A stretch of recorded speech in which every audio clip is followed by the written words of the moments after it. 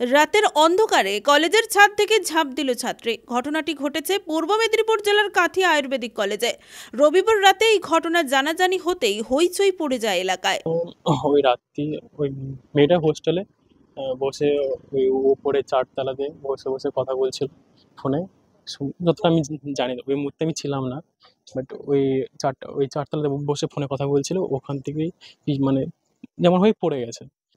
না, আলো তো অবশ্যই আছে, যেখানে কাজ আছে ওই জায়গাটা আলো নেই তো ছিল, ওখানে তো লোকগুলো কাজই করছিল, কাজ করে সব একটু আগে সব গেল, এখন অন্ধকার। আর হোস্টেল বন্ধ হওয়ার সময় হয়ে গেছে, ওই মুহূর্তে যদি সেখানে গিয়ে যদি কথা বলে এটা কি করবে। এই এই 10:45। জানা গেছে ওই ছাত্রীর নাম শ্রবণনীতা দত্ত, বাড়ি কলকাতার কসবা এলাকায়। এই দিন রাত 10:30 নাগাদ আচমকা ওই কলেজের ছাত্রী তৃতীয় তল থেকে ঝাঁপ দেয়। ঘটনা এখন থেকে প্রায় আধা ঘন্টার আগে এই ধরনের একটা ঘটনা আমি শুনতে পাই। তো আমি সঙ্গে সঙ্গে আমার গাড়ি ছিল, গাড়িটা নিয়ে আমি স্টুডেন্টটাকে আগে হসপিটাল করাই, দিয়ে আমি অলরেডি এখানে ভর্তি করানোর পরে তার মা বাবাকে জানাই এবং থানাও জানাই আমরা যে এই ধরনের একটা ঘটনা ঘটে ফেলেছে মেয়েটি।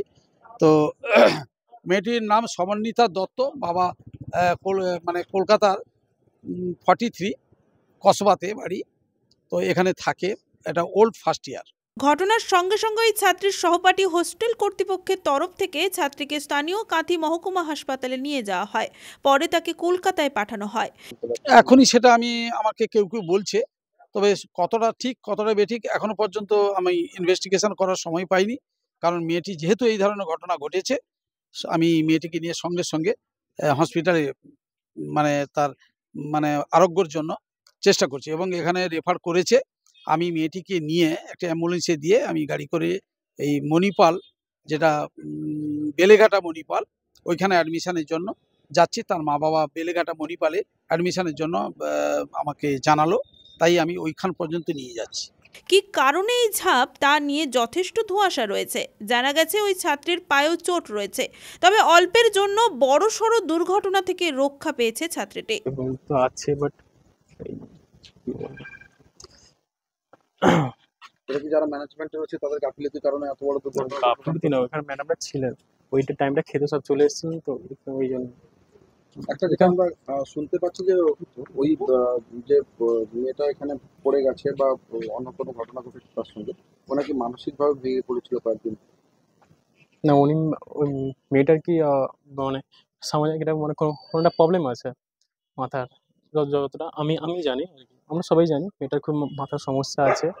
এই জন্য দাদা আমি জানি আর কি, ওই ক্লাসেও চুপচাপ থাকে, তেমন কারোর সাথে বেশি কথা বলে না, চুপচাপই থাকে, এটা খুব শান্ত। তারপরে যখন তখন সেন্স ছিল? হ্যাঁ, সেন্স ছিল, সেন্স আছে, সেন্স এখনো আছে, ফোন করে জানানো হয়েছে, ফোন সেন্স কোথায় পাঠানো হয়েছে? দারু থেকে কলকাতায় এখন যাচ্ছে। পুরো ঘটনার তদন্ত করছে কাঁথি মহিলা থানার পুলিশ।